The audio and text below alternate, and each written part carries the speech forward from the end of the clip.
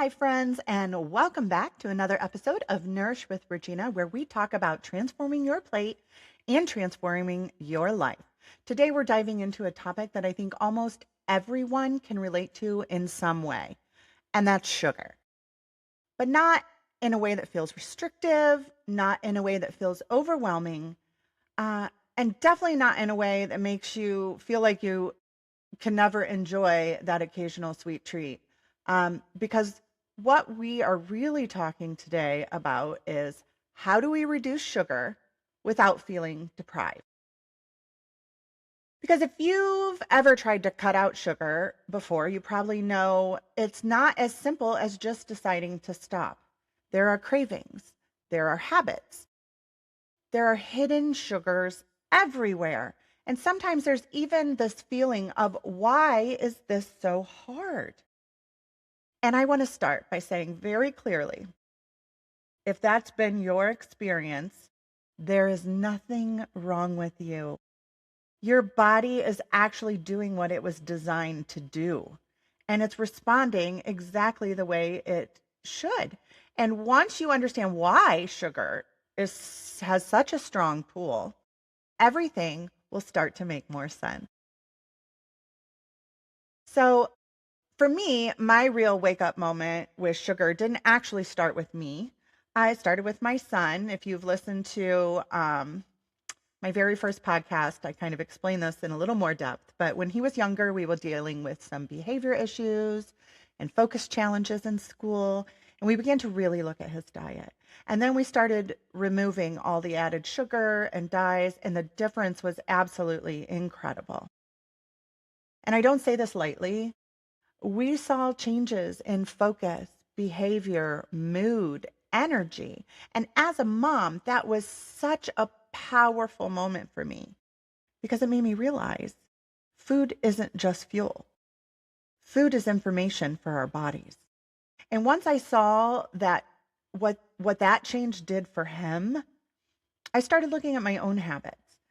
At the time, I was really struggling with my weight and my energy was super low. And I started thinking, if this makes that big of a difference in his life and the way he feels, what might it do for me? And that's where my journey with reducing sugar really began. So now let's talk about something really important, because this is usually the moment where people start to feel a sense of relief. Because for so long, the conversation around sugar has been framed like this: you just need more willpower. You just need to try harder. You just need to stop eating it. But here's the truth: sugar is not hard to give up because you lack discipline. It's hard to give up because there is real, measurable physiology behind it.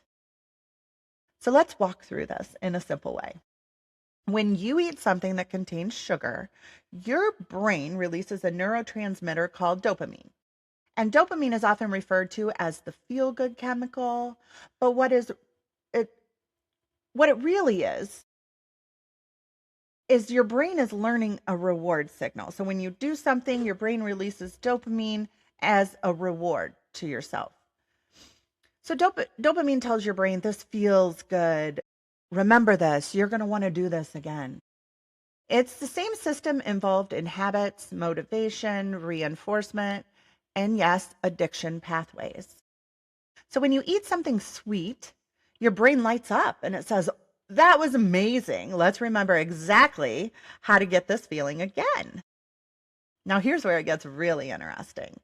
There have been studies, particularly in neuroscience and behavioral research, that show sugar can stimulate the brain's reward system in ways that are very similar to abusive substances. Not identical, but similar enough that we do see overlapping patterns. For example, repeated exposure to high sugar intake can actually change the way dopamine receptors respond. Meaning, over time, your brain may require more stimulation to get the same reward feeling. And this is where people start to notice things like, I need something sweet after every meal. I can't just have one bite. I feel like I'm constantly thinking about sugar or snacking or that next candy bar. It's not a character flaw. That is a learned neurological pattern. Now, let's layer something else on top of that because this isn't just happening occasionally. This is happening in a context of constant exposure. The average person eating the standard American diet is consuming far more added sugar than the body was ever designed to process on a daily basis. Some estimates suggest around 60 to 70 grams of added sugar per day, and often for a lot of people, it's much more than that. And what's important to understand is most of that sugar is not coming from desserts. It's coming from foods people don't even realize contain added sugar. Things like salad dressings, sauces, flavored yogurts, granola bars, breads, cereals, your favorite coffee shop drinks, healthy snack food. So, what's happening over time is your body and your brain are being exposed to this constant level of stimulation. And the brain adapts because that's what the brain does. It's incredibly efficient. It says, okay, this is the new normal. This is the level of sweetness, the level of stimulation. This is what we expect now. And when something becomes the new normal, anything less than that can start to feel unsatisfying. This is why when people begin to reduce sugar, they often say, nothing tastes good anymore. This isn't sweet enough. I feel like something's missing. And here's the key.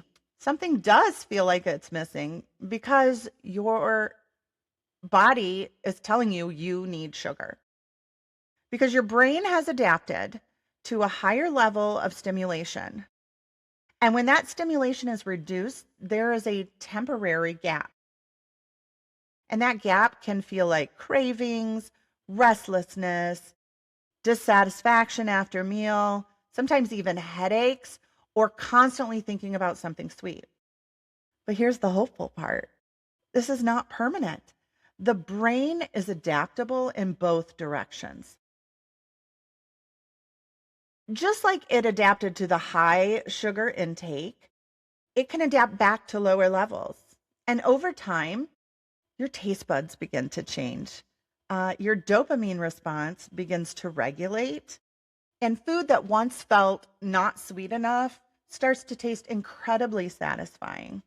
And believe it or not, sometimes too sweet. This is why I tell clients the goal is not to fight your body. The goal is to work with it and give it time to recalibrate. So you do have to have a little bit of patience because when recalibration happens, something really powerful occurs. The cravings quiet down, the constant thinking about sugar fades, and you begin to feel like you're in control again. So I want to take this a step deeper because sugar doesn't just affect cravings. It has real physiological effects on your body. When you eat sugar, your blood sugar rises. And depending on what you're eating and what you're eating it with, that rise can happen very quickly, especially when you're talking about things like refined sugars, white flour products, sweet drinks, processed snacks. These are digested and absorbed rapidly, which means glucose enters the bloodstream fast. Now, your body is incredibly smart.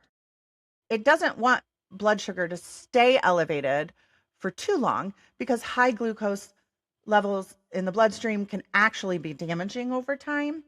So your pancreas kicks in and it releases a hormone called insulin. And insulin's job is essentially to act like a key. It helps moves the glucose out of your bloodstream and into your cells, where it can be used for energy. Now, in a balanced situation, this is a smooth, controlled process. Blood sugar rises, insulin responds, and things stabilize. But when we're eating a lot of refined sugar or eating sugar by itself without protein, fat, or fiber, that rise becomes much sharper. So now instead of a gentle curve, you get more of a spike. And when the spike is high, the insulin response tends to be stronger. So this is where things will start to feel different. Because insulin can sometimes bring blood sugar down quickly or even a little too far. So instead of returning to a steady baseline, you dip. And that dip is often felt as fatigue, as brain fog, shakiness, irritability, or that feeling of, I need something right now. And when the body naturally responds with is a craving in that moment. So something quick, something easy, something that will bring your blood sugar up fast, which is usually more sugar. And that's where the cycle begins. Spike, crash, craving, spike, crash, craving. And it's just this cycle. And your brain kind of gets stuck in that. And when it repeats that cycle multiple times a day after day, it creates a pattern in your body.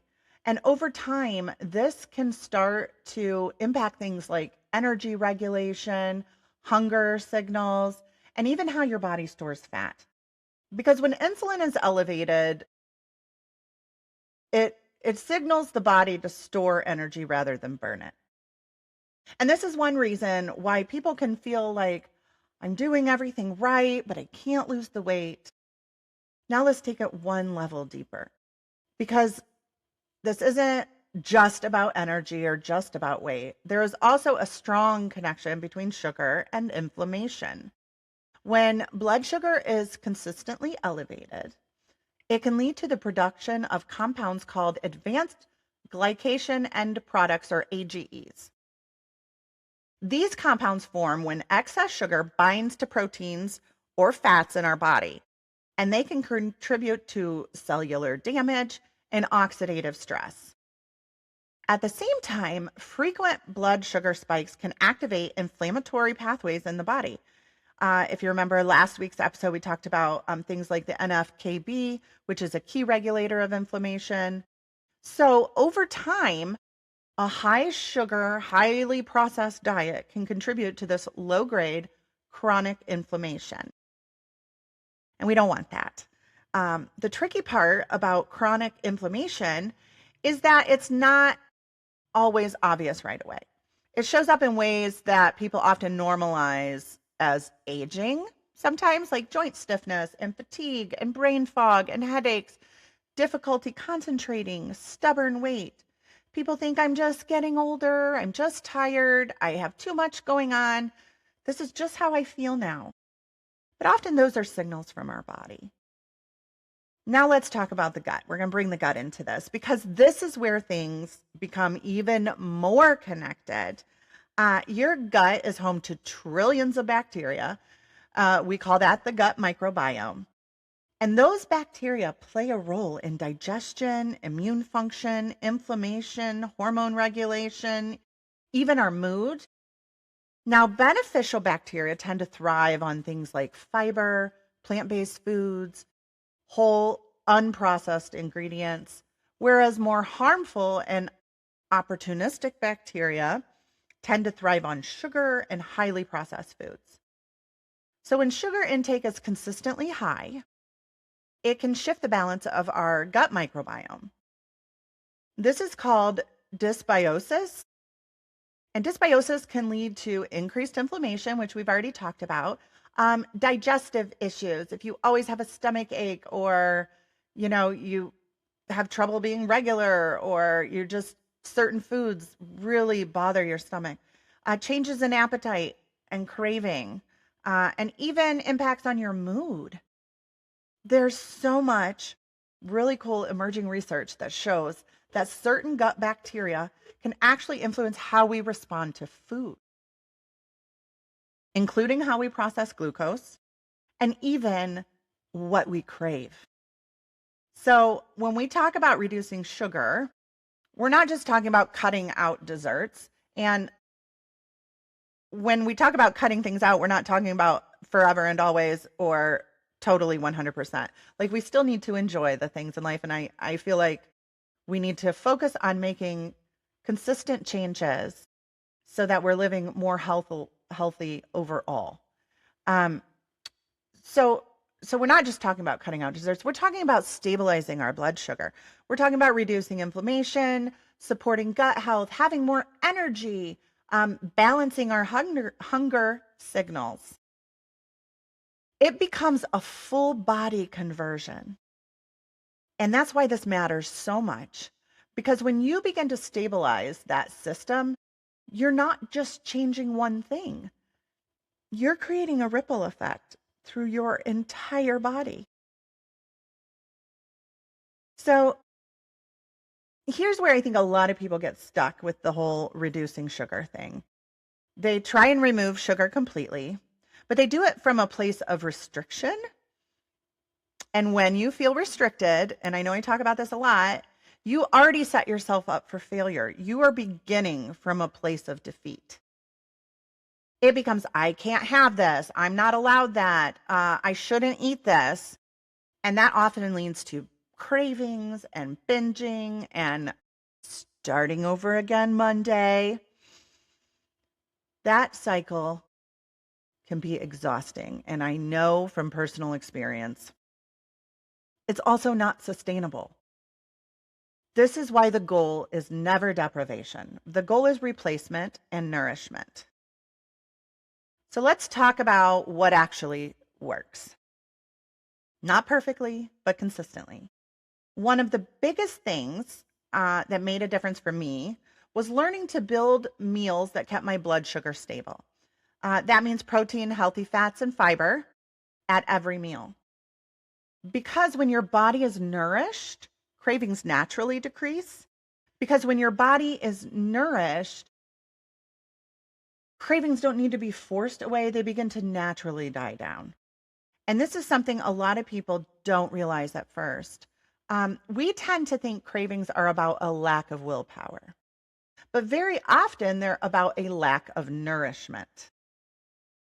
When your meals are balanced, when you get enough protein, when you have enough healthy fats and fiber, your body feels safe and supported. Your blood sugar will stay more stable, your energy becomes more constant, and your brain isn't constantly searching for a quick source of fuel. Because from a physiological standpoint, cravings are often your body's way of saying, I need energy and I need it quickly. And if your body has been used to getting that energy from sugar, that's what it's going to ask for. But when you start giving your body what it actually needs, real nourishment, those signals begin to shift. You start to notice that you're not thinking about food all the time. You're not reaching for something sweet after every meal. You're not riding the roller coaster of high energy highs and lows. And this is where things will start to feel different. Because instead of constantly trying to manage cravings, you're giving your body steady energy, stable blood sugar, and all the nutrients it needs to function well. And over time, that creates a completely different experience with food. Food starts to feel satisfying, grounding, nourishing, instead of something we're constantly negotiating with. I always tell clients, we don't reduce sugar cravings by fighting them harder. We reduce cravings by supporting the body better. And that's such a positive way to look at how we take care of our bodies. Another big one is awareness. Once you start reading labels, you begin to realize how many foods contain added sugar. And that was one of the biggest challenges I see with clients. They're not necessarily eating desserts all day, but sugar is sneaking in everywhere. And then there's the adjustment phase. And this is big because your taste buds will change, but it takes time. When I first reduced sugar, things didn't taste sweet enough. Now, fruit tastes incredibly sweet to me, and anything overly sugary honestly makes me feel physically sick. Um, I found simple things that really help. If I want something sweet now, I have fruit with nuts or frozen yogurt with a little bit of stevia, cottage cheese, peanut butter whip with dark chocolate. Uh, One of my favorite memories is when my kids were younger and we were transitioning away from sugar. We made it fun. We would go to the store and I'd let them pick out a fruit that we had never tried before and then come home and review it like food critics. It became this whole experience, and they actually started looking forward to it and became adventurous and wanting to try new things. And I think that's such an important reminder. This doesn't have to feel restrictive. It can feel curious and actually fun. I truly believe God gave us everything we need through the earth: whole foods, real foods, natural sweetness. They were designed to nourish us in the beautiful body God has given us and not to overwhelm us. And when we step away from the excess, we begin to reconnect with that design. I know for me, even now, I really try and listen to my body. And the other night it was, usually after the time that I stop eating at the end of the night, and I just really wanted a big salad. And I heard my body. My body wanted those vegetables. It wanted the vitamins and minerals that's in the spinach and the lettuce and things. So I had a salad and I slept really good that night. So we need to learn to listen to our bodies once we adjust from the overdosing of dopamine that we've trained it to have. And those cravings will die down. You'll be more in tune with your body. You'll be able to know what nourishment your body is looking for to function at its optimum level. So before we wrap up today, next week's episode is going to build on this conversation in a really powerful way. We're going to talk about blood sugar, hormones, and gut health and how they're all connected. If you've ever struggled with weight that won't budge, low energy, or feeling inflamed, you're going to want to listen to that episode. I have new episodes. They drop every Tuesday at 11 a.m. Make sure you're following this podcast. You can also find me on Instagram and Facebook at Nourish with Regina. And if you're looking for more personalized support, you can visit www.nourishwithregina.com to learn more about my coaching options. We're actually starting April Grow in Health program, group coaching program that starts April 7th. So check that out on the website as well. So reducing sugar doesn't have to feel like a loss. It can feel like freedom. Freedom from cravings, freedom from energy crashes, freedom from feeling out of control with your food. And it starts with small, consistent changes, one meal at a time. Until next time, keep nourishing your body, one simple choice at a time. Bye.